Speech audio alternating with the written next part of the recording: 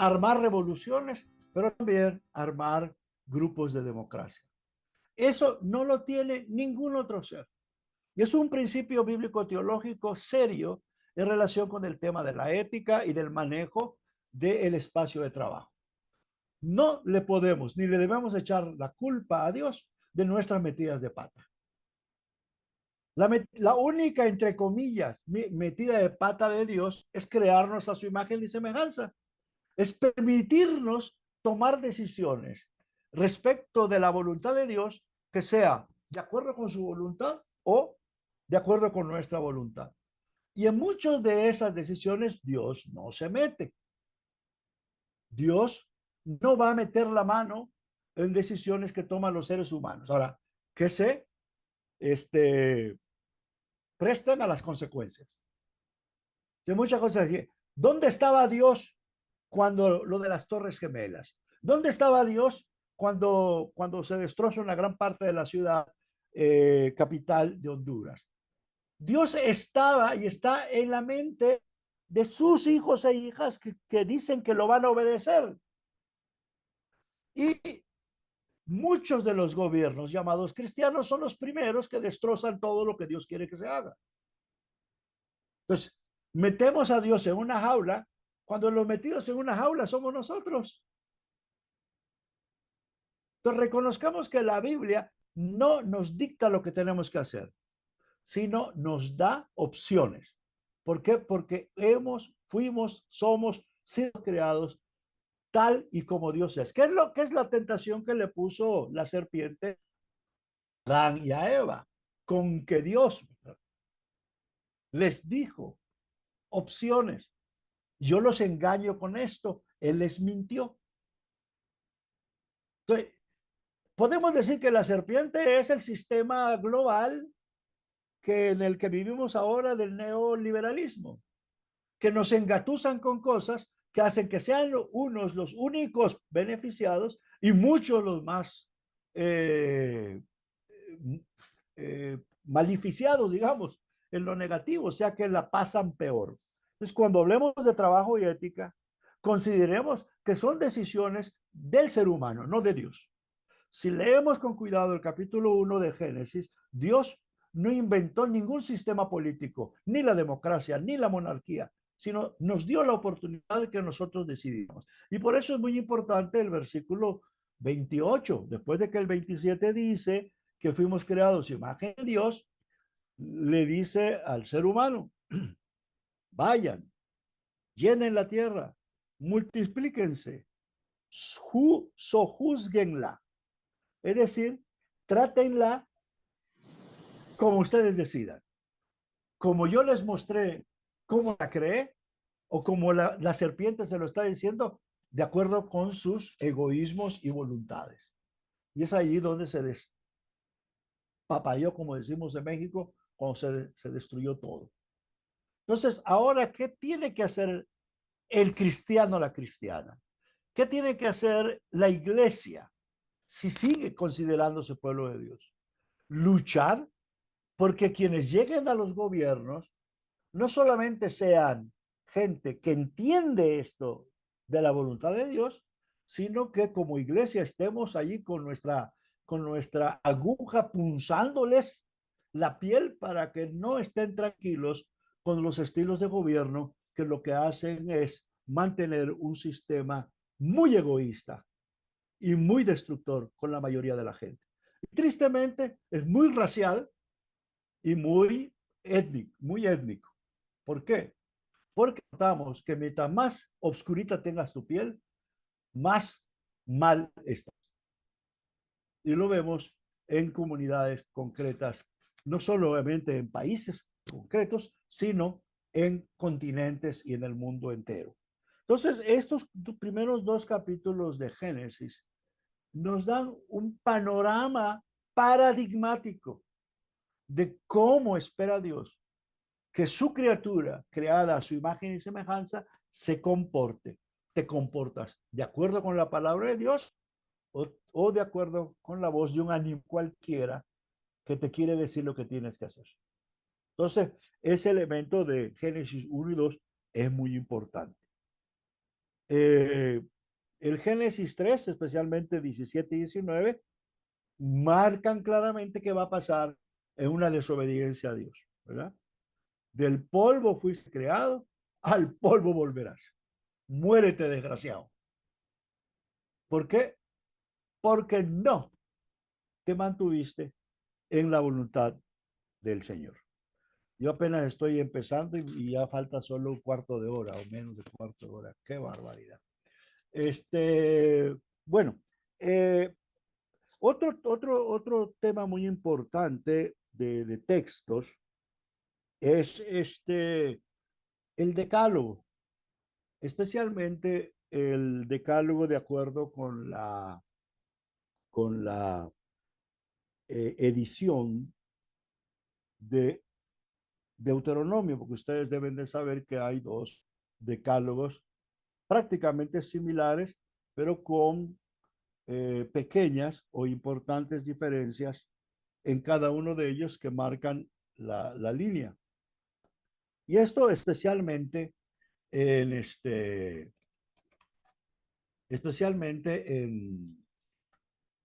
lo que tiene que ver con el mandamiento del sábado.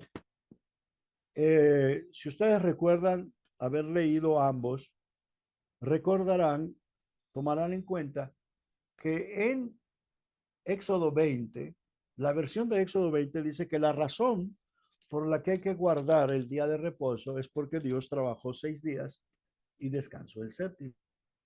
Bien, hasta lo que dice está correcto, para que descansemos.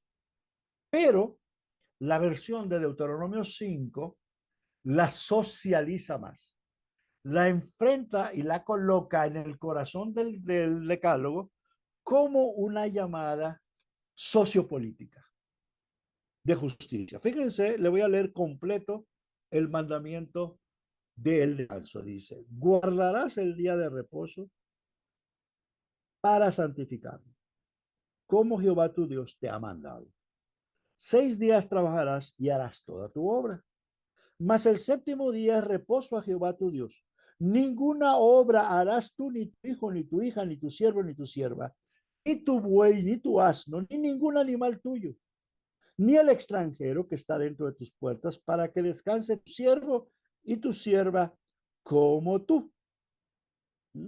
Acuérdate que fuiste siervo en tierra de Egipto y que Jehová tu Dios te sacó de allí con mano fuerte y brazo extendido, por lo cual Jehová tu Dios te ha mandado que guardes el día de reposo.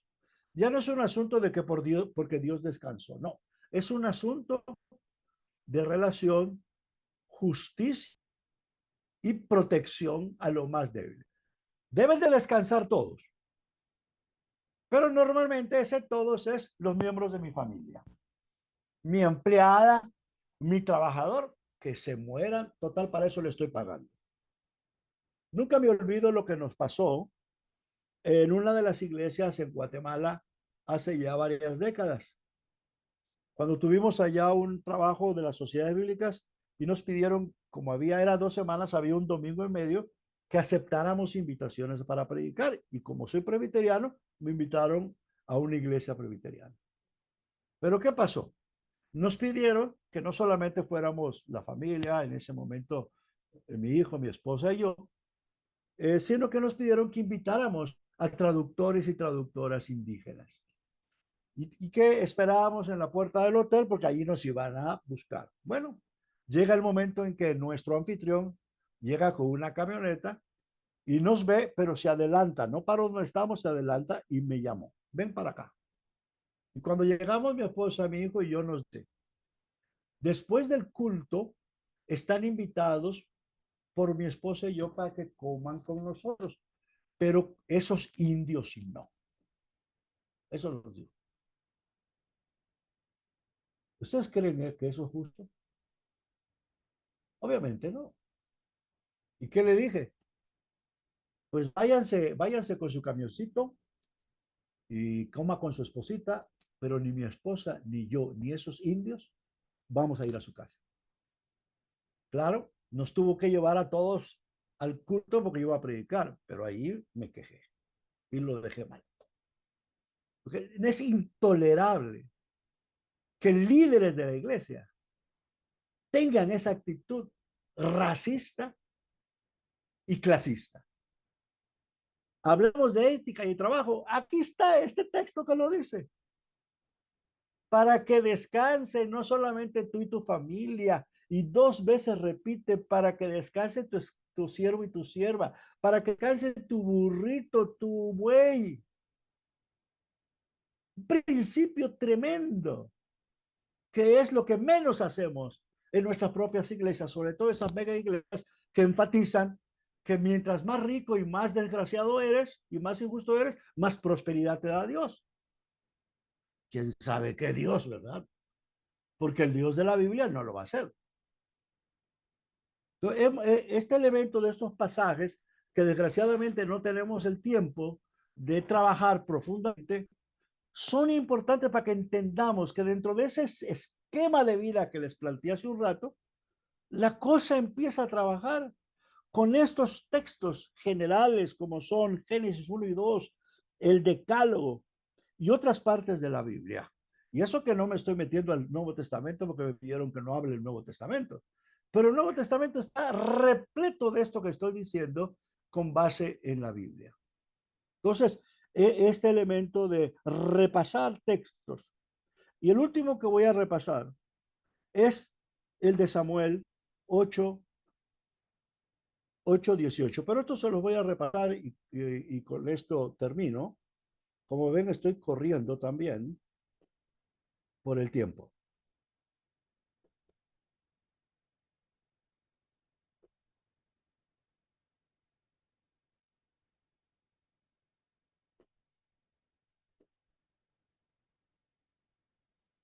Me voy a buscar.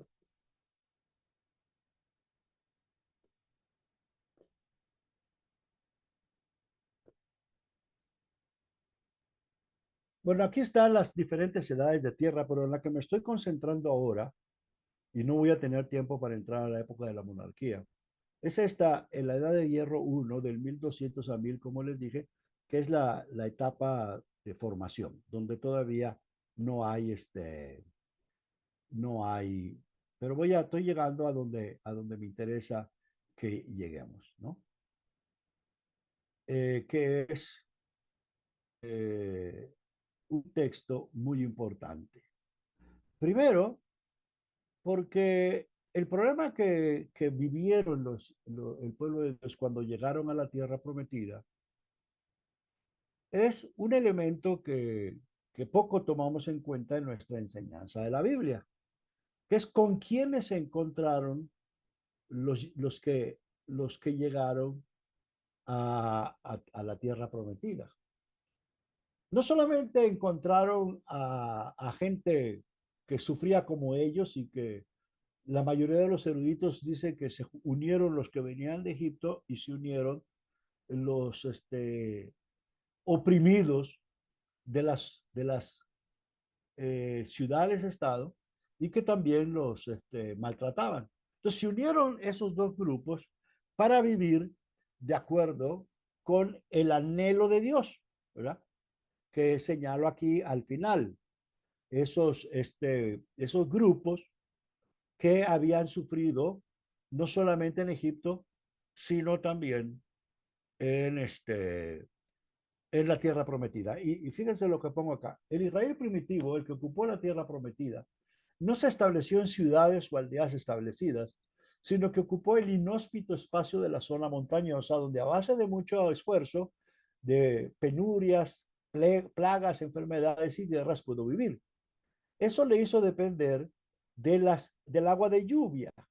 Y para eso, la construcción de plataformas y excavación de cisternas para, para guardar esa agua y del cultivo de la vegetación propia de la zona. Es decir, necesitó de una conjugación de ayuda divina, de obediencia al Señor y de mucho esfuerzo y de la interdependencia y solidaridad de familias y personas anexadas a sus aldeas, tales como exiliados, servidores y asalariados.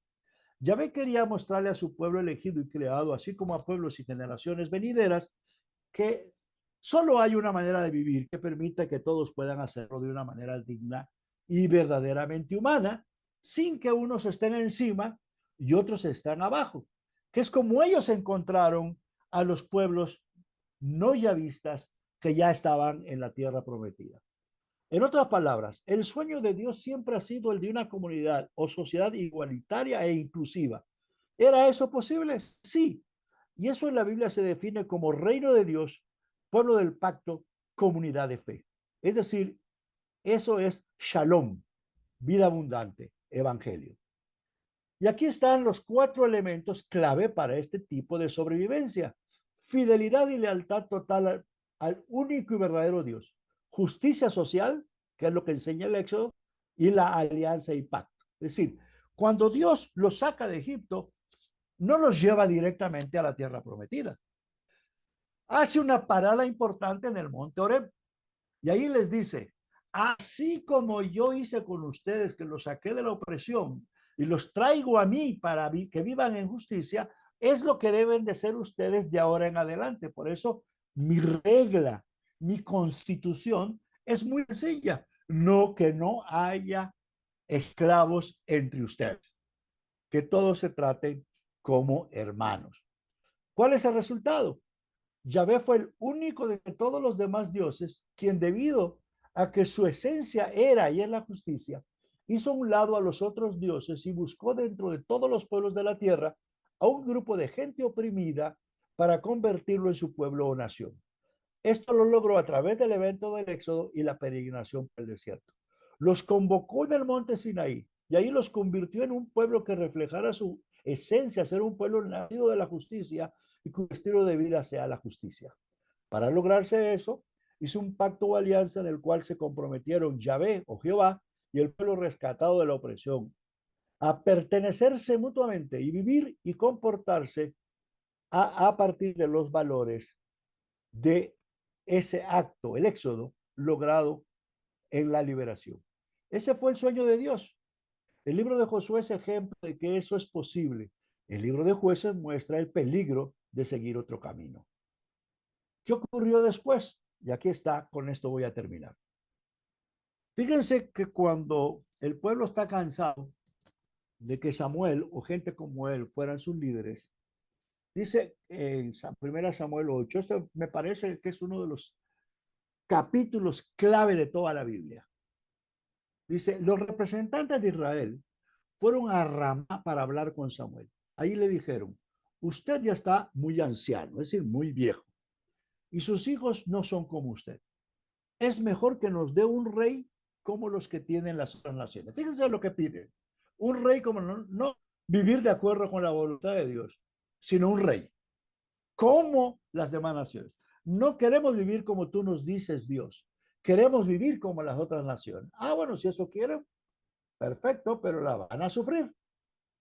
Obviamente a Samuel no le gustó esto, o le oró a Dios, pero Dios le respondió, haz lo que te pidan.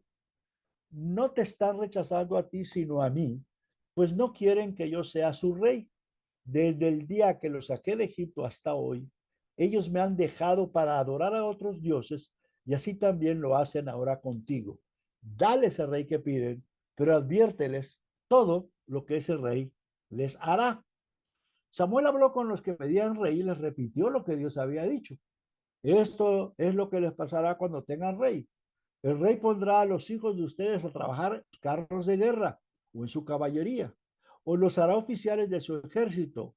A uno los pondrá a cultivar sus tierras y otro los pondrá a recoger sus cosechas. Esas sus tierras y sus cosechas es tierra y cosechas que le roba a los campesinos de los pueblos.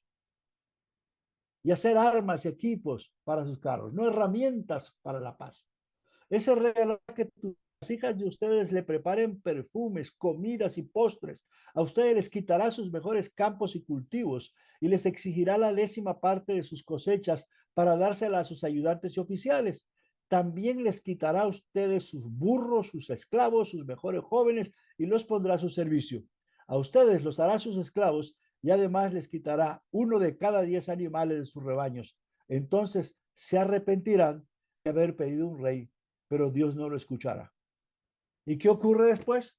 Pues viene la monarquía y con la monarquía todo lo que no quería Dios que le pasara a su querido pueblo. Y así termino mi charla para darles tiempo para un cuarto de hora de discusión. Tenía obviamente mucho más que presentarles y decirles. Por ejemplo, a otra ocasión, el papel de la literatura, el papel de la poesía como arma subversiva que no mata gente físicamente, pero que destruye mentalidades obtusas que lo que hacen es maltratar a la gente. Es decir, la poesía como arma de pleito que cambia mentes, pero que no destruye personas.